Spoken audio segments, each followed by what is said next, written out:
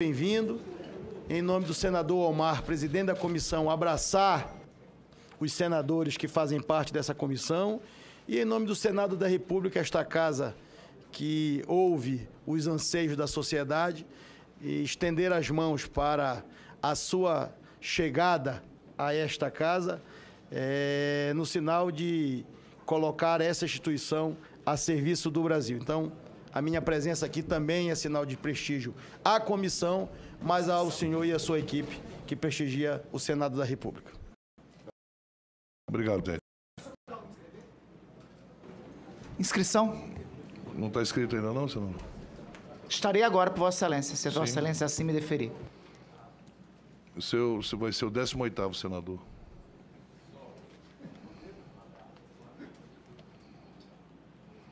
Vou passar a palavra ao ministro por até 30 minutos. Ministro Paulo Guedes. Boa tarde a todos. Agradecer o convite de vir à Comissão de Assuntos Econômicos do Senado, agradecer ao senador Omar Aziz pelo convite, agradecer ao senador Davi Alcolumbre pela atenção de ter vindo também para essa nossa conversa. E eu vou falar algumas breves palavras sobre o caráter sistêmico do problema que nós estamos analisando aqui. Vamos analisar a Lei Candir, que aparentemente não foi respeitada por nenhum governo desde que começou lá atrás, por desvios orçamentários. Há um passivo enorme aí de 37, 38, 39 bilhões atrasados, que não foram resolvidos no governo Fernando Henrique, não foram resolvidos no governo Lula, não foram resolvidos no governo Temer, no governo Dilma. Evidentemente, para quem está chegando agora, tem 60 dias que eu estou aqui nessa capital, caiu uma bomba de 39 bilhões na cabeça, a gente precisa raciocinar um pouco, pensar em como sair disso. Mas mais do que resolver um problema desse tipo, nós temos que entender o que está acontecendo sistemicamente. Se fosse um Estado que tivesse com problemas, você teria um caso de má gestão. Se todos os estados, e eu tive ontem uma conversa com 27 governadores, inclusive do Distrito Federal, estão pressionados financeiramente, é porque há algo mais importante acontecendo no país do que simplesmente um problema de má administração num estado ou no outro. Da mesma forma, 2 dias atrás, eu tive uma reunião também com mais de 50 prefeitos e todos estão com dificuldades financeiras também. Então, de novo, é algo sistêmico. É algo sistêmico e maior do que um problema de má administração de um particular prefeito. Então, eu queria fazer umas breves considerações iniciais, antes de entrar exatamente no tema tanto da Lei Candir quanto do endividamento acelerado em que entraram os estados e como sair desse problema. Eu quero fazer uma breve introdução sobre a natureza sistêmica do problema. Nós conversamos, primeiro durante a campanha, e agora eu tenho reforçado, daí a minha honra de estar aqui no Senado conversando sobre isso, que eu tenho plena convicção de que o Brasil é uma democracia virtuosa. Nós estamos votando a cada 2 anos, há 30 e poucos anos, com alternância no poder, do ponto de vista sempre de centro-esquerda. Foram alianças de centro-esquerda, absolutamente naturais. Se você teve um regime militar durante 20 anos associado à direita, era natural que, em algum momento, houvesse uma predominância, uma hegemonia da centro-esquerda. E assim foi por 30 anos. E agora, do ponto de vista sistêmico, houve uma aliança política entre conservadores e liberais. É uma aliança de centro-direita. Não há muita consciência ainda disso.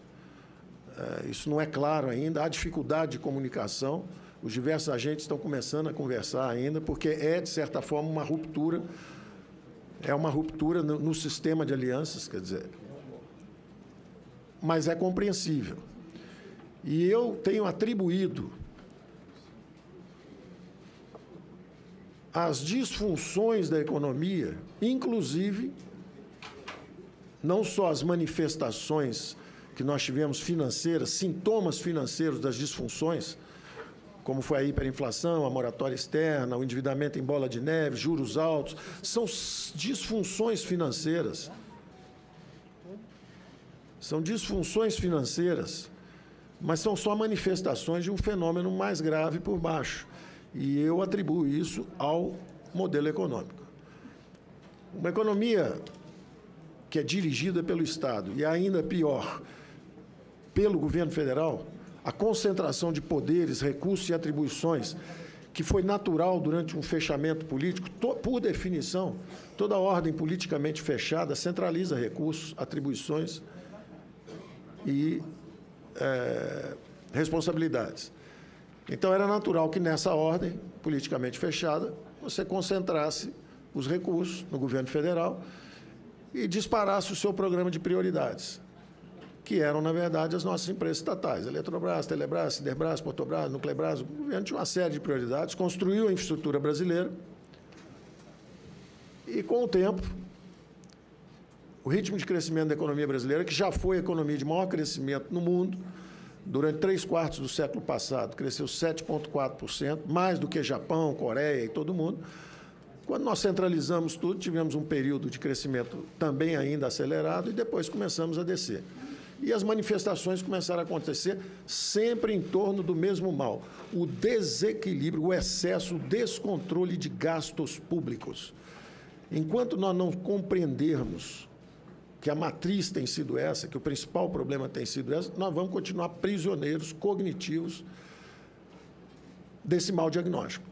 Então, ainda no final do governo militar, o governo Geisel gastou excessivamente com substituição de importações, etc., recorreu ao endividamento externo. Crises cambiais recorrentes só pararam quando nós acumulamos agora 400 bilhões de dólares de reserva. Aí acabaram. Mas tivemos crises recorrentes, até agora, em 2 eleições recentes, ataque à especulação cambial, e exatamente pela vulnerabilidade que vem de memórias passadas de um excesso de gasto financiado com endividamento externo.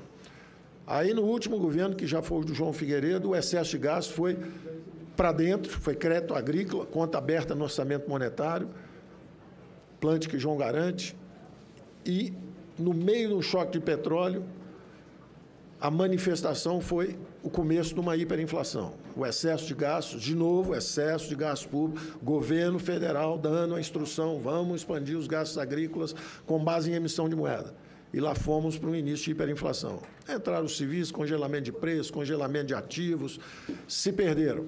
E aí, quando fizeram o grande trabalho de estabilização, também fizeram sem a dimensão fiscal. Resultado: juros de 70% ao ano, 60% ao ano, 50% ao ano.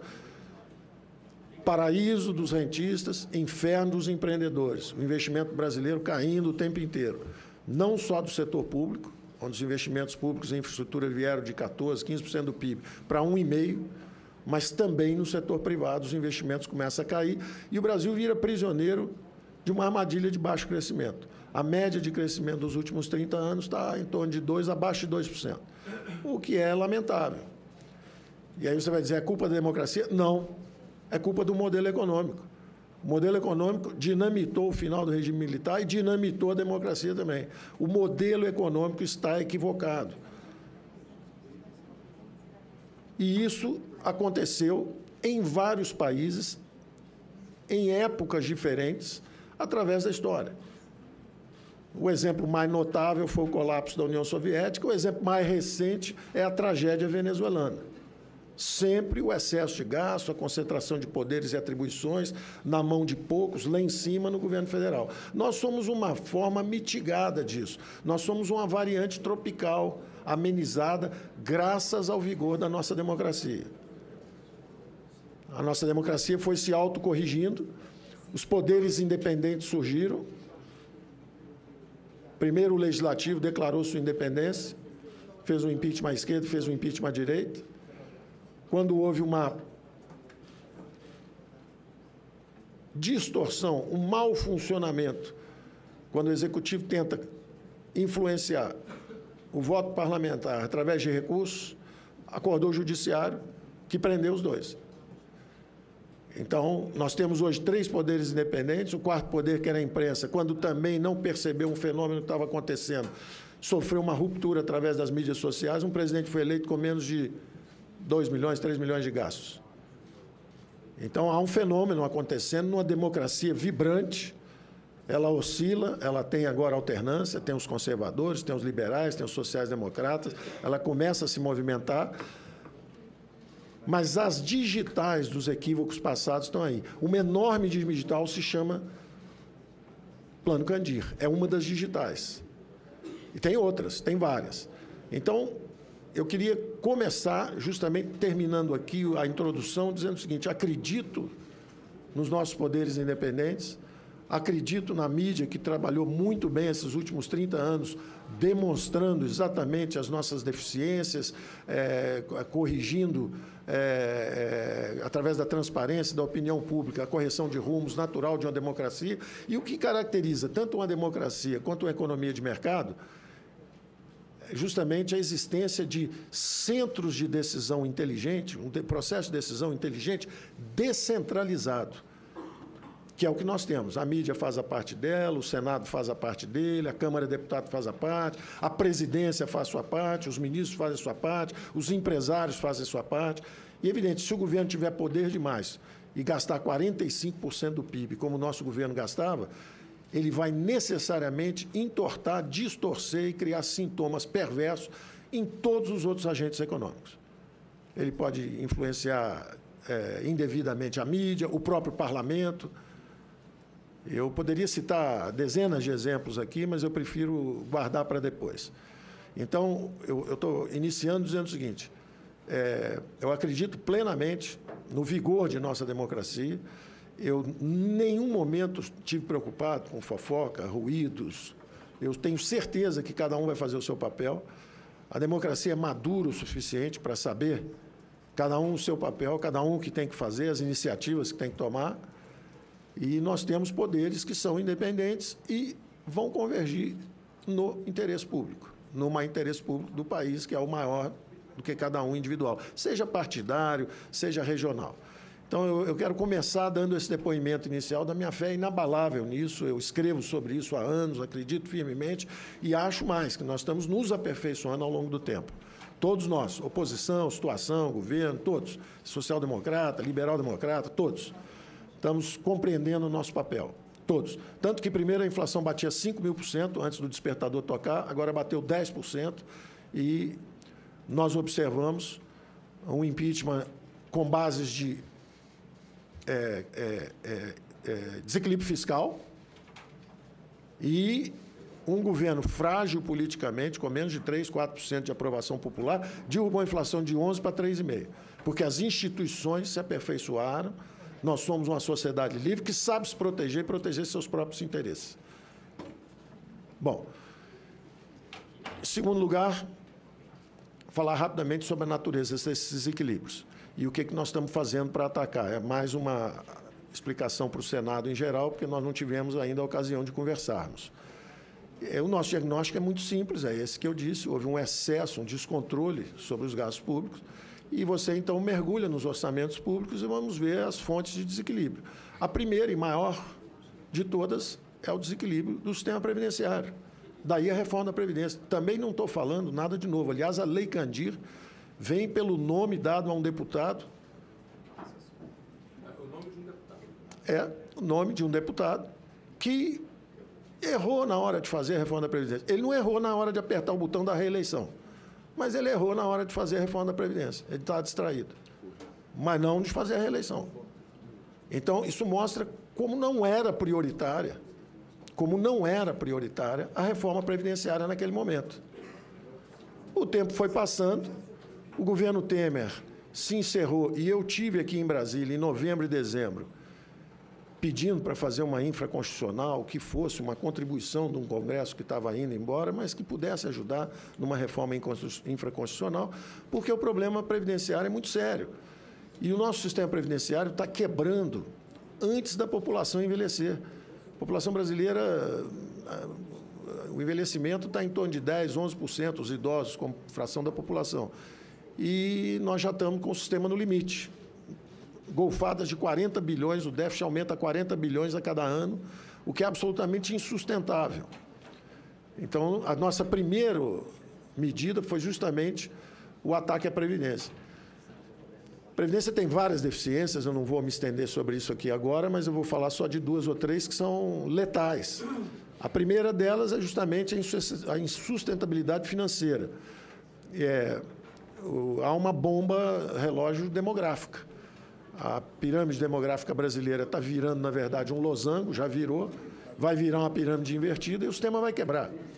Então, nós lançamos não só um sistema previdenciário que corrige, ele precisa de potência fiscal, e aí quando eu digo que nós precisamos de pelo menos 1 trilhão, é a responsabilidade com as futuras gerações. Se fizermos menos de 1 trilhão, não tem problema, nós estamos sacando contra nossos filhos e netos. Nós não poderemos lançar a nova Previdência no regime de capitalização. Nós vamos ficar com a antiga e nós vamos condenar filhos e netos por nosso egoísmo, nossa incapacidade de fazer um sacrifício entre nós mesmos. Nós vamos empurrar essa armadilha para nossos filhos e netos. Nós vamos aprisioná-los na mesma armadilha. E essa bola está com o Congresso. A segunda, eu vou mencionar só a segunda grande e letal, é que os encargos trabalhistas, sociais e trabalhistas, são armas de destruição em massa de emprego. 46 milhões de brasileiros não conseguem emprego formal, porque os encargos são 100%. Para cada brasileiro empregado, um tem que ficar desempregado, porque custa 2. Então, isso também é algo que precisa ter atacado. E nossa reforma tenta criar uma alternativa para nossas futuras gerações. Bom, mas então o primeiro ataque aos gastos era a Previdência. O segundo ataque é o endividamento em bola de neve, que é tema nosso aqui dos estados. Estados, municípios e a federação. E eu tenho dito isso, nós gastamos um plano Marshall por ano, são 100 bilhões de dólares. O Brasil reconstrói uma Europa por ano sem conseguir sair da pobreza. Isso é um absurdo, total. Porque nós estamos carregando ativos que não têm essa rentabilidade.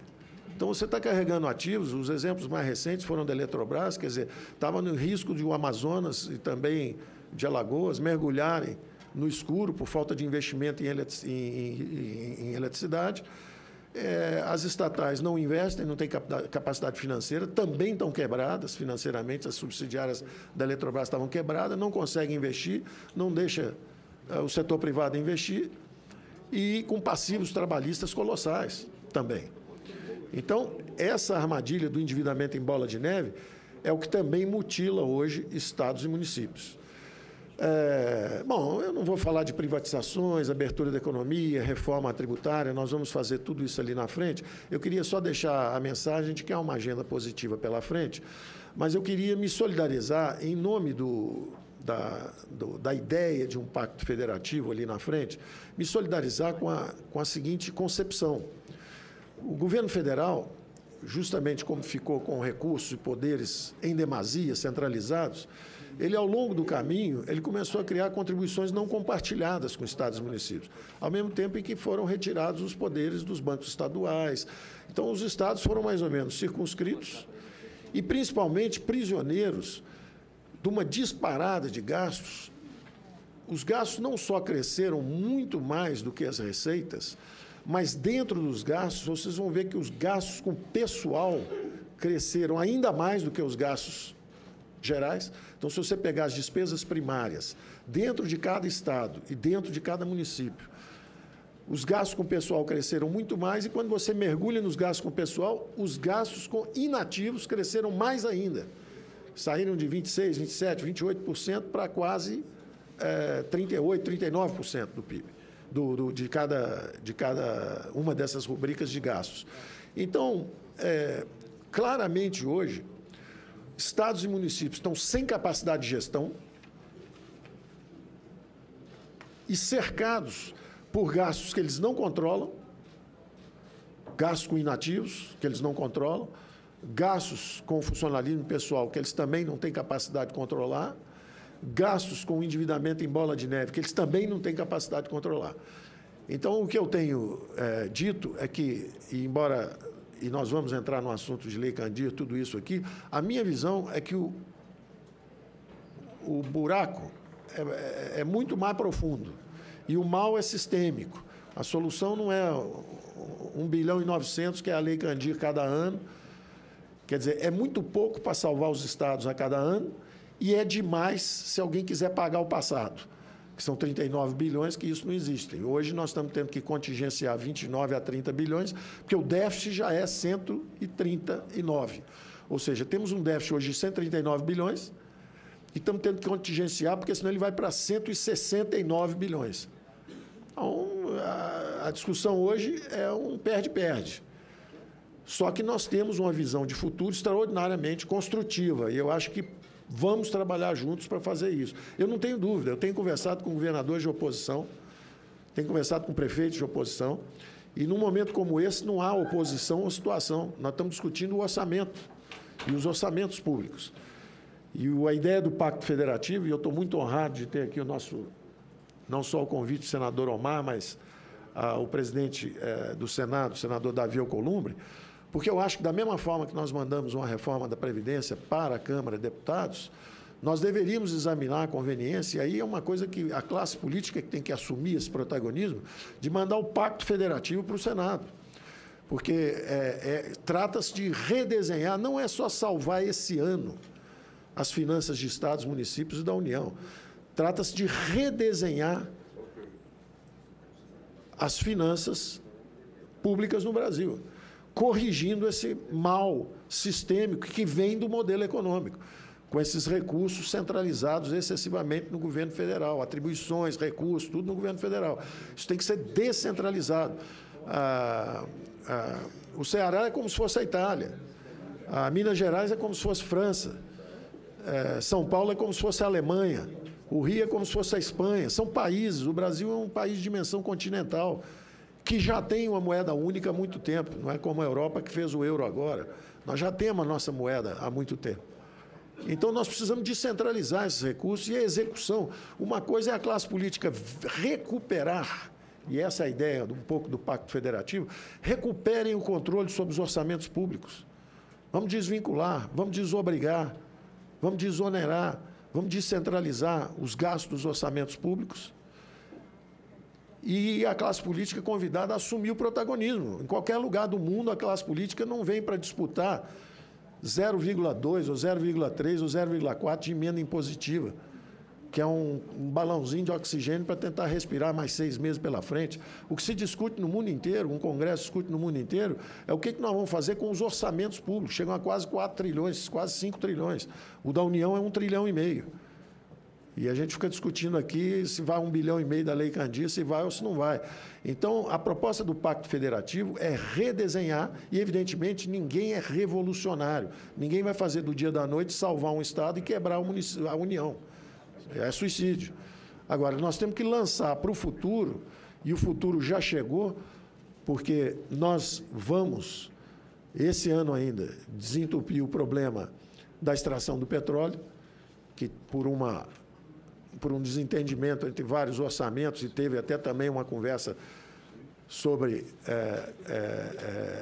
sessão onerosa também, que envolveu o Congresso, por falta de entendimento, nós estamos num perde-perde, aprisionados com orçamentos mais baixos que poderiam ser, caso nós tivéssemos já acertado como acelerar a extração de petróleo, que nós podemos acelerar. E estamos falando de entre 500 bilhões de dólares e 1 trilhão de dólares nos próximos 10 a 15 anos, que vão redesenhar as finanças públicas brasileiras. Porque, ao contrário do que é hoje, que a União tem 100% dos recursos, embora esteja escrito que, por lei ordinária, se possa mexer nessa distribuição, o que nós estamos pensando é justamente em inverter a distribuição atual de recursos. A distribuição atual de recursos fica em torno de 65%, quase 70% com a União e 35%, não chega a 40%, 38% com estados e municípios. Nós queremos inverter isso na margem. Nós queremos fazer 70% para estados e municípios e 30% para a União. A ideia é corrigir a hipertrofia do governo federal no tempo, descentralizando recursos para estados e municípios. Então, isso está ao nosso alcance, isso é a essência do Pacto Federativo. Eu acho que isso é uma pauta extraordinariamente importante, não só para o Brasil, mas para a própria classe política. A classe política tem duas opções. Uma, ficar discutindo a Previdência 1 ano. E não interessa se você é oposição ou situação. Fique a oposição atacando a reforma da Previdência 1 ano também e depois tenta ser eleito ali na frente. Em vez de resolver atacar frontalmente o problema, você imagine o seguinte, imagine se o governo decidir o seguinte, então tá bom, vamos mandar uma emenda que diz o seguinte, quem tiver a favor da reforma da Previdência, votar a favor, aplique-se. Quem não tiver, nós vamos respeitar a vontade soberana do povo daquele Estado. Não será aplicada a menos que a Assembleia Local autorize. vai ficar uma situação desagradável para quem ficar atacando de graça, sem reconhecer que tem um problema dramático para os estados e municípios, também geridos pela oposição.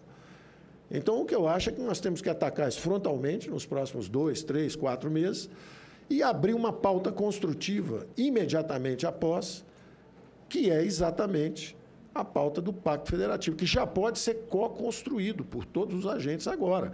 Nós estamos já com a coisa bastante bem andada, mas ela é uma coisa ainda fria, ainda técnica, ela não teve ainda o sabor da política. E nós queríamos começar essa interação já, para daqui a 3, 4 meses, isso feito em conjunto pelo Congresso com o Executivo, nós então temos uma discussão interessante pela frente. Como é que nós vamos gerir esses orçamentos, como nós vamos redistribuir esses recursos, descentralizando no tempo. Eu estou entre os economistas que não criticam 2 aspectos fundamentais da Constituição de 88. Depois de 20 anos com recursos centralizados e investimentos em infraestrutura física, máquina, equipamentos, etc., que foi a infraestrutura brasileira construída pelo regime militar, o que fizeram os constituintes em 88? Eles carimbaram o dinheiro dizendo, olha, vamos investir em saúde e educação. Resgate da dívida social, vamos investir no trabalhador brasileiro. E, ao mesmo tempo, disseram o seguinte, e o faremos de forma descentralizada, reempoderando a classe política, dizendo, olha, tira o dinheiro dos ministérios lá em Brasília e vamos jogar o dinheiro para estados e municípios. Os representantes do povo são os governadores, são os prefeitos, foram eleitos para gerir. E não para terem o dinheiro 96% carimbado e vir correndo a Brasília e pedir a um suposto superministro dinheiro. Ficar pedindo dinheiro para ministro. É uma disfunção. O sistema está torto. Como o sistema econômico está torto, ele deformou a política também.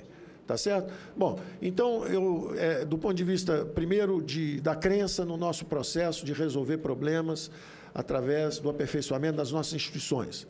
Segundo, esse meu depoimento a respeito da minha convicção de que o problema é sistêmico e tem a ver com essa centralização de recursos no governo federal.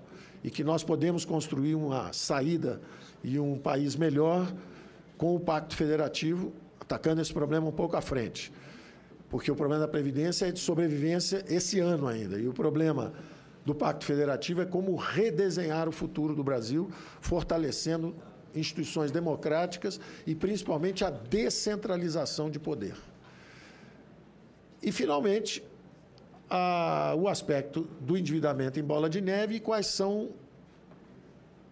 os remédios que nós estamos desenhando para isso. Eu tenho interagido com prefeitos, com governadores, e a nossa equipe desenhou um programa com 3 dimensões, que eu gostaria de comunicar aos senhores. Deve ser anunciado em menos de 30 dias, e é a dimensão de curto prazo. É o que nós chamamos de plano de equilíbrio financeiro, que é basicamente dar um fôlego financeiro aos governadores que estão sendo vítimas de heranças que receberam. O governador acabou de entrar, já pega um estado com... Dá um exemplo, eu posso dar vários, eu não quero cair em particular, mas eu tenho conversado com os governadores. O governador assume, está devendo 3 meses de salário, está devendo fornecedor, está devendo todo mundo. Ele não fez nada de errado, ele simplesmente chegou lá e quebraram o Estado. Antes dele chegar, o Estado foi quebrado. Não é? Chegou na hora errada. Ganhou a eleição no momento errado. Ora, então, nós estamos lançando um programa que nós chamamos de plano ou programa de equilíbrio financeiro. Já separamos no orçamento monetário 10 bilhões, mas eu acho que nós vamos conseguir aumentar isso, dependendo justamente se a reforma da Previdência passa, se nós começamos a avançar nessa direção, vai se abrir naturalmente uma folga fiscal e nós podemos aumentar isso. Mas essa primeira dimensão, esse plano de equilíbrio financeiro, foi elaborado pelo ministro Valderi, pelo Mansueto, pessoal que já tem experiência. Quando eu cheguei, conversamos e desenhamos esse programa de emergência. É a primeira camada de ataque ao problema de desequilíbrio fiscal. Uma segunda camada se destina a atacar exatamente o problema da Lei Candir, mas não só a Lei Candir também. O FEX, o Fundo das exportações. Lei Candir é 1 bilhão e 900 por ano, o FEF também é um pouco menos de 2 bilhões, então os dois juntos aí são menos de 4 bilhões. Nós desenhamos um programa bem maior do que isso. Todos os estados ganham, e ganham mais do que ganhariam se estivesse funcionando o FEX e a Lei Candir. Então, isso já está desenhado também, isso é um projeto de lei, vai ter que passar, evidentemente, por aqui, e isso aí, na verdade, dá estabilidade, dá previsibilidade, que nem a Lei Candir, nem o próprio FEX tem hoje. Isso é uma espécie de aposta já no futuro, porque nós acreditamos exatamente que essa construção do futuro passa por estados e municípios saberem que nós estamos comprometidos com essa descentralização de recursos. Então, nós vamos ter que dar um jeito de ir apertando o governo federal para ir abrindo essa possibilidade. Então, em vez de ficar discutindo só o para trás, eu queria justamente dizer o seguinte: olha, nós estamos lançando uma coisa que é maior do que a FEX e a Lei Candir somados, e esses recursos virão exatamente dessa folga financeira que deverá chegar à União quando desentupirmos esse problema do petróleo que estava acontecendo. Então, é uma segunda dimensão. E a terceira dimensão, que é a maior de todas, então é como se fosse assim, a Lei Candir, o plano de equilíbrio financeiro, o governador que assumiu, está com 3 meses, 4 meses atrasado, ele vai lá, redesenha o ajuste que ele vai fazer. Tem um exemplo específico que eu vou dar de um estado, não vou mencionar o santo, vou contar só o milagre. Ele já se comprometeu com o ajuste, e onde no primeiro ano tem 1 bilhão, no segundo ano 2 bilhões, no terceiro 3, no final 4. Ora, ele pegou o carro com o tanque vazio. E aí ele vai ficar fazendo sacrifício 4 anos e entregar o tanque cheio para o sucessor? Não, deixa ele antecipar os recursos e, em vez de gastar nada agora e muito lá no final, nós vamos tornar previsível e homogênea essa capacidade dele de gasto. Então, ele vai gastar um pouco mais do que ele poderia gastar agora e um pouco menos do que ele ia gastar lá no futuro. Essa é a essência do plano que eu chamo de plano Mansueto, plano de equilíbrio financeiro. Depois disso, tem o nosso plano Valderi, que é o nosso secretário das Finanças aqui, que se debruçou sobre isso. Falei, Valderi, agora tudo bem, salvamos 1 ano, 2 anos com isso. Agora, vamos olhar para frente. Se a gente estivesse redistribuindo isso, e nós vamos redistribuir de várias formas, porque nós vamos marchar em várias direções para todo mundo entender que é um compromisso. O Mais Brasil, eu até tenho usado menos Brasília, aí as pessoas interpretam mal. O governador Ibanez me pediu ontem para não dizer nunca menos Brasília, porque ele é governador do Distrito Federal. Mas a imagem é justamente de descentralização de recursos, poderes e atribuições. Então, essa ideia de descentralizar, nós queremos mostrar o nosso comprometimento. E nós vamos, então, abrir esse espaço de qualquer forma. Por exemplo, o governo federal criou várias contribuições não compartilhadas. O que nós estamos fazendo? Nós vamos fundir isso tudo no Imposto Único Federal compartilhado. Então, nós vamos compartilhar. Não vai haver imposto não compartilhado. O que salvou, quando a federação se salvou lá, quando a União se salvou lá atrás e jogou estados e municípios ao mar, nós vamos reverter isso. Nós vamos compartilhar e vamos simplificar os impostos. Então, vai existir o Imposto Único Federal compartilhado com estados e municípios. Então, essas provisões nós estamos fazendo, esse plano do Valderi vai garantir que tanto a Lei Candir quanto o Fundo de Exportações não haja mais conversa sobre isso. Ele vai provar que, linha por linha, ano por ano, estado por estado, vai haver ganho para todo mundo. Para ninguém nunca mais lembrar da Lei Candir e achar que nós não estamos... E isso aí, depois nós vamos ter os debates específicos, a turma me alerta que a lei já cessou a validade da lei, no sentido de que já chegamos a 80% da receita vindo do ICMS na origem. Então, já está tudo... Mas, independente disso, essas discussões, eu não quero nem entrar, porque eu prefiro olhar para o ganha-ganha do futuro do que ficar discutindo um passado que não resolveu a vida de ninguém. Nem a União fez, nem os estados receberam. E, finalmente, a terceira dimensão, só para terminar e entrar nas perguntas, a terceira dimensão, que é a mais importante, é a que eu chamo do Pacto Federativo, que é para realmente desentortar o Brasil. Eu usei durante a campanha essa imagem. Você, quando vai a países onde o Congresso realmente decide a alocação dos recursos públicos, ou alguém que foi votado, o ministro, ninguém votou no ministro. Quem foi votado foram os representantes, foi o prefeito, foi o deputado, foi o governador. Então, a classe política tem que assumir os orçamentos. Ela tem que assumir os orçamentos. Hoje é o contrário, 96% do dinheiro está carimbado e os outros 4% tem um super-ministro que manda, seja da saúde, seja da fazenda, seja da... E isso está equivocado. Está totalmente equivocado. Então, nós vamos redesenhar isso. Você sente a presença do Estado. Se você for nos países onde o orçamento trabalha o ano inteiro para desenhar o orçamento, e a função do Congresso, evidentemente, é essa, quer dizer, vem-se a Brasília e se define o que nós vamos fazer. Quais são as verbas? O que nós vamos fazer? Agora, como fazer?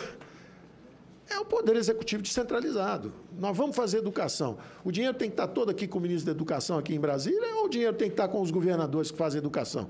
E, na verdade, o ministro da Saúde, o que faz é desenhar políticas públicas de saúde. Porque quem vai tocar, quem está na porta do hospital, quem sabe o que precisa de dinheiro, ambulância, quem sabe são os homens que foram eleitos, que têm votos, que estão lá embaixo, na execução. Não é acidente que os índices de educação melhoraram em alguns estados, onde os governadores foram efetivos, que os índices de saúde melhoraram em outros, onde os prefeitos foram mais efetivos. Então, esse é o jogo da democracia, os recursos têm que ser descentralizados. Então, eu termino aqui dizendo que o Pacto Federativo é a grande aposta para reverter, são entre 500 bilhões e 1 trilhão de dólares nos próximos 10, 12, 13, 14, 15 anos no máximo. Esses leilões de petróleo serão um sucesso, todo o nosso contato lá fora tem sido esse. Quer dizer, vai haver fila, vocês estão vendo já ágio para aeroporto, para essas coisas que são menores, vocês vão ver o que vai acontecer no petróleo. Nós vamos fazer uma revolução também de energia barata, de gás também. Então, tem uma agenda positiva, extraordinária vindo por aí, que é boa para todos, é boa para a oposição também. O discurso é bom para todo mundo, se nós trabalharmos direito, tá bom? Então, obrigado e abrimos.